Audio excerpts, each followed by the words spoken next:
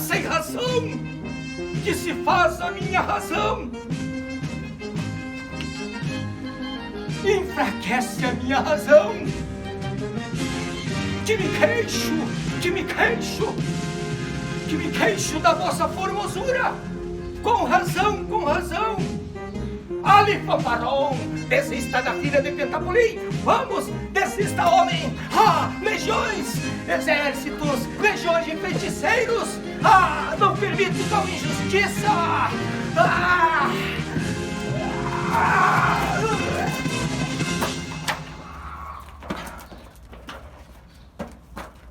Basta.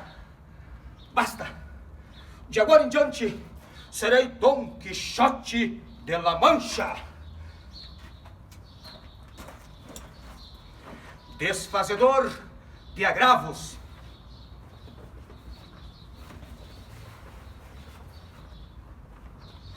Vou salvar as donzelas em apuros,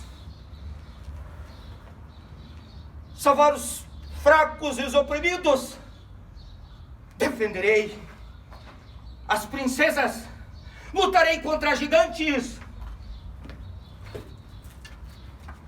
Lutarei sempre por justiça.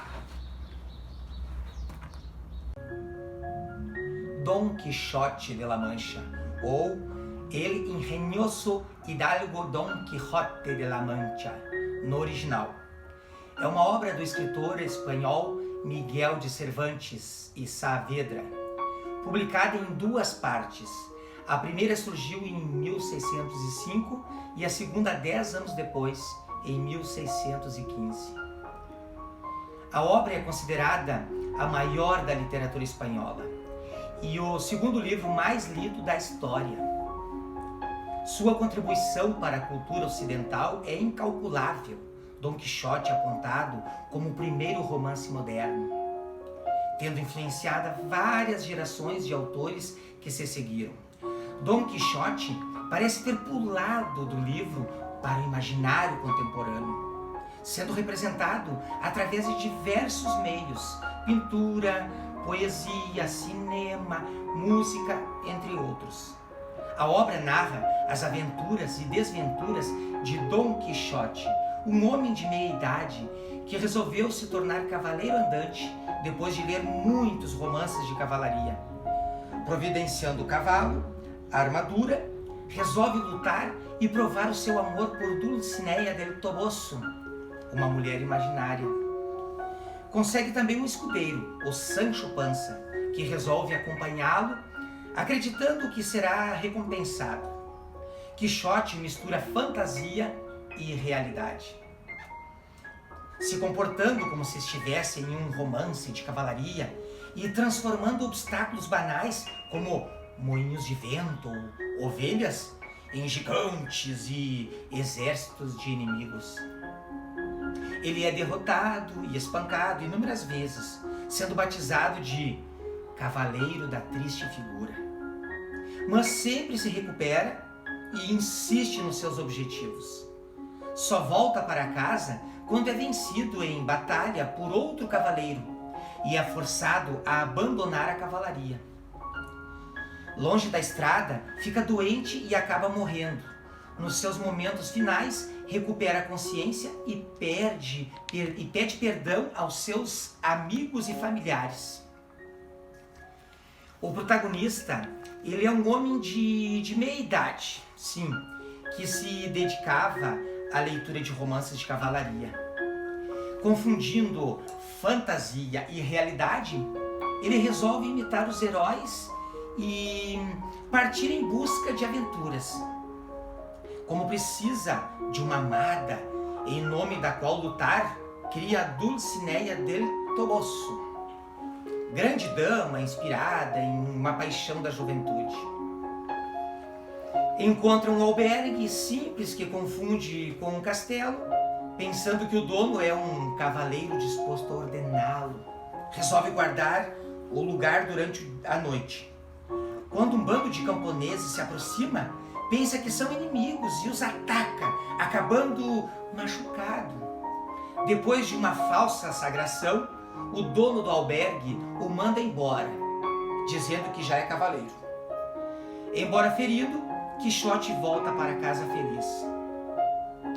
Quixote convence Sancho Panza a se juntar na viagem como escudeiro, com promessas de dinheiro e glória. A sobrinha do protagonista fica preocupada com sua saúde mental e pede ajuda ao padre, que o diagnostica como louco. Decidem queimar seus livros para resolver o problema, mas ele pensa ser obra de Frestão, o seu inimigo feiticeiro. Parte em busca de vingança e se depara com cenários do cotidiano que a sua imaginação o transforma em adversários. Assim, luta contra moinhos de vento, pensando que são gigantes, e quando é empurrado por eles, declara que estavam encantados por Freston. Passando por 2 sacerdotes que carregavam uma estátua de uma santa, pensa que está perante 2 feiticeiros, sequestrando uma princesa, e resolve atacá-los. É durante esse episódio que Sancho o batiza de Cavaleiro da Triste Figura. Em seguida, tenta enfrentar 20 homens que aparecem para roubá-los, e ambos acabam sendo espancados. Quando recuperam, encontram 2 rebanhos que caminham em direções contrárias e estão prestes a se cruzar. Quixote imagina que são 2 exércitos de adversários e decide se juntar ao lado do mais fraco. Sancho tenta chamar o amo à razão, mas ele se recusa e escuta, e acaba se recusa a escutar, e acaba lutando com os pastores e perdendo até os dentes. Depois se depara com um grupo de prisioneiros escoltados por guardas, que estavam sendo levados a um campo de trabalho forçado. Vendo que estão acorrentados, questiona os homens acerca de seus crimes, e todos parecem inofensivos. Amor, música, feitiçaria, por exemplo. Decide que é preciso salvá-los e ataca os guardas, livrando os homens de suas correntes. Eles, no entanto, o agridem e o assaltam. Triste, Quixote escreve uma carta de amor a Dulcinea e manda Sancho entregar. No caminho, o escudeiro se depara com o padre e o barbeiro, que o forçam a revelar o paradeiro de seu amo. O cavaleiro da triste figura é levado para casa, mas persiste nas suas fantasias de cavalaria. Logo regressa à estrada e, ao ver um grupo de atores ambulantes, pensa estar perante demônios e monstros atacando-os. A cena é interrompida pela chegada de outro homem, o Cavaleiro dos Espelhos, que afirma que a sua amada é a mais bela e que está disposto a duelar quem disser o contrário. Para defender a honra de Dulcinea, enfrenta os adversários e vence o combate. Descobre que o Cavaleiro dos Espelhos era, na verdade, Sansão Carrasco, um amigo que estava tentando dissuadi-lo da vida da cavalaria. Mais adiante, Quixote e Sancho conhecem um casal misterioso, o Duque e a Duquesa. Eles revelam que conhecem seus feitos através de um livro que circulava na região. Resolvem recebê-los com toda a honra, dignas de um cavaleiro. Rindo de suas ilusões, pregam também uma peça a Sancho, nomeando o escudeiro para o cargo de governador de um povoado.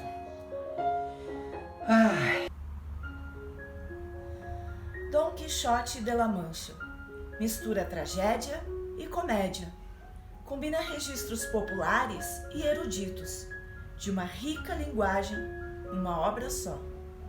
Sua estrutura contribui em larga medida para sua complexidade e cria várias camadas narrativas que dialogam entre si.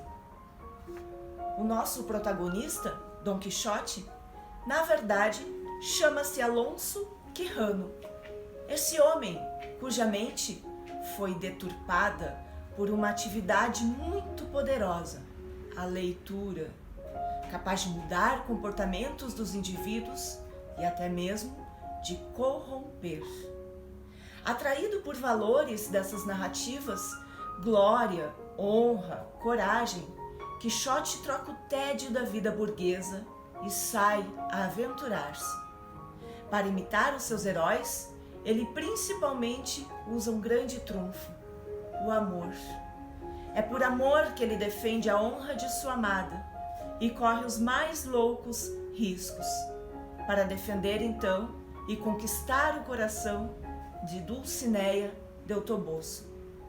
É através deste amor imaginário que Quixote se mantém motivado e disposto a se reerguer inúmeras vezes, adotando uma postura petrarquista, que tem sentimento amoroso como servidão.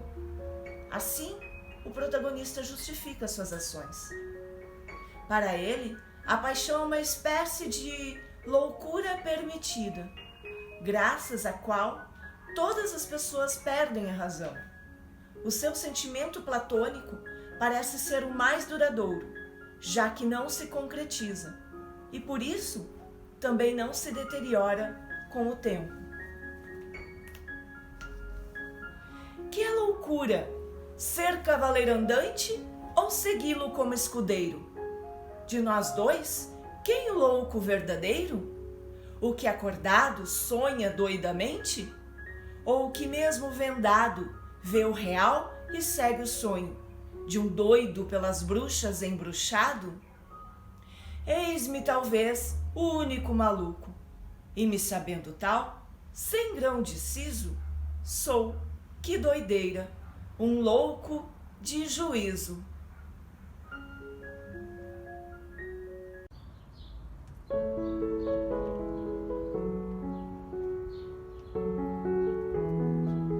Oh Dulcinea, musa de mis sueños revoltosos, diosa de los surcos de mi alma, cada espada quebrando, lavando pensando em tus bellos cabellos, cabellos ansiados deste noble caballero, deste hidalgo, sueños efímeros deste rebelde hombre enlouquecido. Mi vida entregaria yo por ti, envuelta em papel de ouro, cada gota de mi roja sangre derramada em viles batalhas. Não é dolor alguno, mas é outra ofrenda que entrego-te, mi amor. Um dos elementos que mais chama a atenção dos leitores é justamente a relação que existe entre Dom Quixote e Sancho Panza. É uma estranha simbiose que rola entre eles. Apresenta visões opostas de mundo. Um é mais espiritualista, idealista, e o outro é bem materialista e realista. Os personagens têm esse contraste e se complementam simultaneamente, sempre fortalecendo a amizade que se estabelece entre eles. E embora durante grande parte da narrativa Sancho seja a voz da razão, procurando encarar todos os acontecimentos com bom senso e realismo, ele também começa a ser contagiado pela loucura do seu amo, inicialmente motivado pelo dinheiro, porque, claro, ele abandona sua família para seguir os delírios do cavaleiro, mas de alguma maneira ele precisa arranjar a sua forma de se sustentar. E essa é uma das diferenças cruciais entre os companheiros. Quixote era um homem burguês, com condições financeiras que permitiam passear e viver aventuras. Sancho, pelo contrário, um homem do povo, tinha essa preocupação de manter a família e pensar na garantia do futuro. Mas ambicioso como ele, acredita nas promessas do cavaleiro e espera se tornar o governador de um reino conquistado por Dom Quixote. Sua admiração e respeito pelo mestre vão crescendo. E aí Sancho acaba virando um louco e sonhador também. Esse meu mestre, por 1000 sinais, já foi visto como um lunático, mas também eu não fiquei atrás, pois sou mais pateta que ele, já que o sigo e o sirvo. Já no capítulo 20, o seu desejo acaba sendo realizado quando o duque e a duquesa, que tinham lido também sobre as aventuras e aspirações da dupla, resolve pregar uma peça no Sancho. E a ação que decorre na ilha de Barataria é uma espécie de ficção dentro da ficção, onde assistimos ao período de que o escudeiro se torna o governador. É interessante notar essa racionalidade dos conselhos que Quixote dá ao seu amigo, sobre as suas responsabilidades e tal, sobre a importância de manter uma conduta irrepreensível. E o que deveria ser uma brincadeira acaba funcionando, e Sancho se revela justo e competente. No entanto, desiste depois de uma semana, infeliz e exausto. Aquela tal gestão não deu muito certo. Ele percebe então que dinheiro e poder não são sinônimos de felicidade, e sente saudade da sua família, decidindo retornar. Mas é essa imaginação dessa lente que transfigura toda essa realidade que permeia a obra. E Dom Quixote mistura essa fantasia e a realidade o tempo todo. Ele utiliza a imaginação para reinventar o mundo. E é assim, criando inimigos e obstáculos, que a partir de objetos do cotidiano, ignora os contratempos da vida real. E de todos os seus duelos com adversários imaginários, se destaca aquela cena clássica dos moinhos de vento. A imagem se tornou um símbolo para as causas impossíveis, para os idealistas e os sonhadores. Quixote, encarado por todos como um louco, pode ser apenas visto como um homem disposto a tudo para correr atrás dos seus sonhos.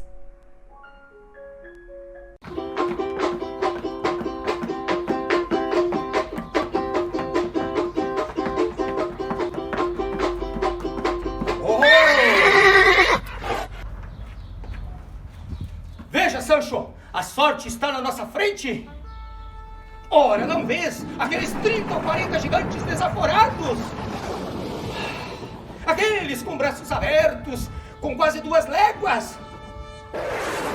Não são moinhos, Sancho, são gigantes. São gigantes. Ah, seus gigantes, não fujam, que apenas um investe contra vós.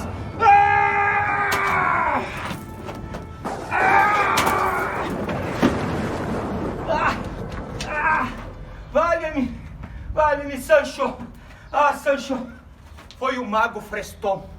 O Mago Freston que transformou aqueles gigantes em moinho. Ai, não me queixo das minhas feridas, porque aos cavaleiros andantes não é dado a lastimarem-se de suas feridas. Mas agora vamos em busca de mais aventuras, Sancho.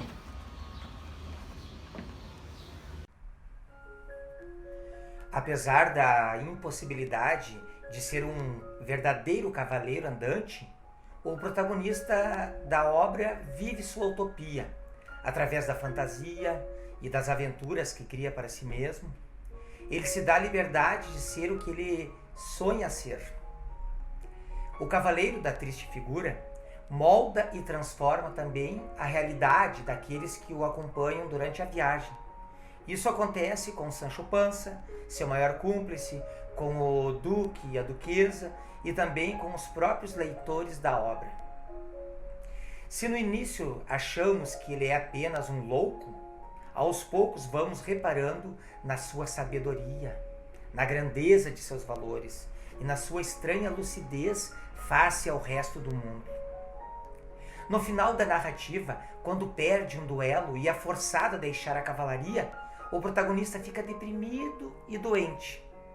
Nesse momento parece recuperar a consciência, percebendo que nunca foi um cavaleiro andante.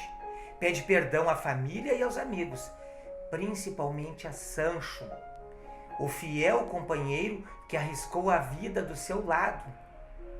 A obra, no entanto, deixa o questionamento. Será que Quixote estava realmente louco?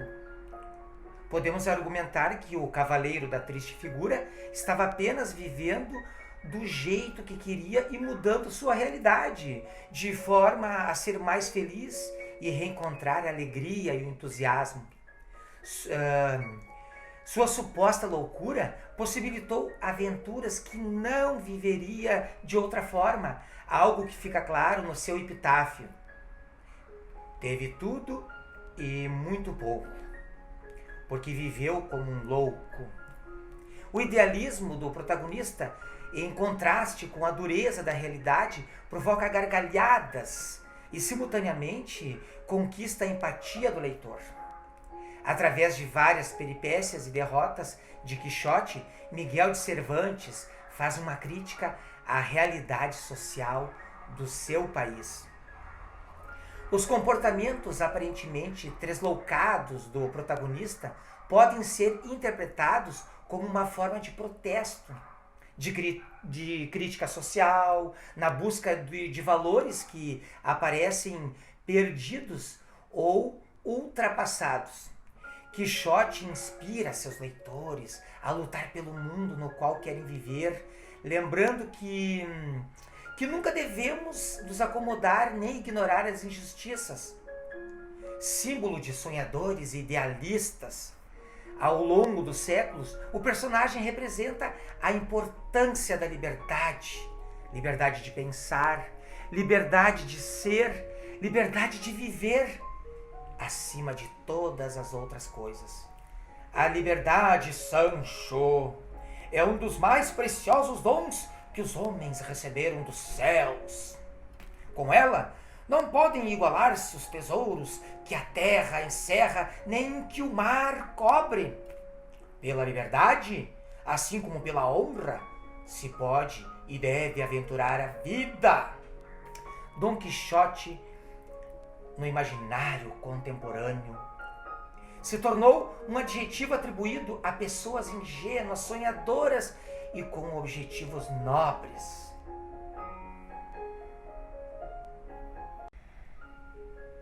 A historiadora Janice Teodoro da Silva, doutora em História pela Universidade de São Paulo, analisa o contexto quixotesco como aquele que incentiva as ações boas, a fazer uma crítica social e a afirmar a necessidade de justiça, num exercício constante entre nos situar entre o sonho e a realidade.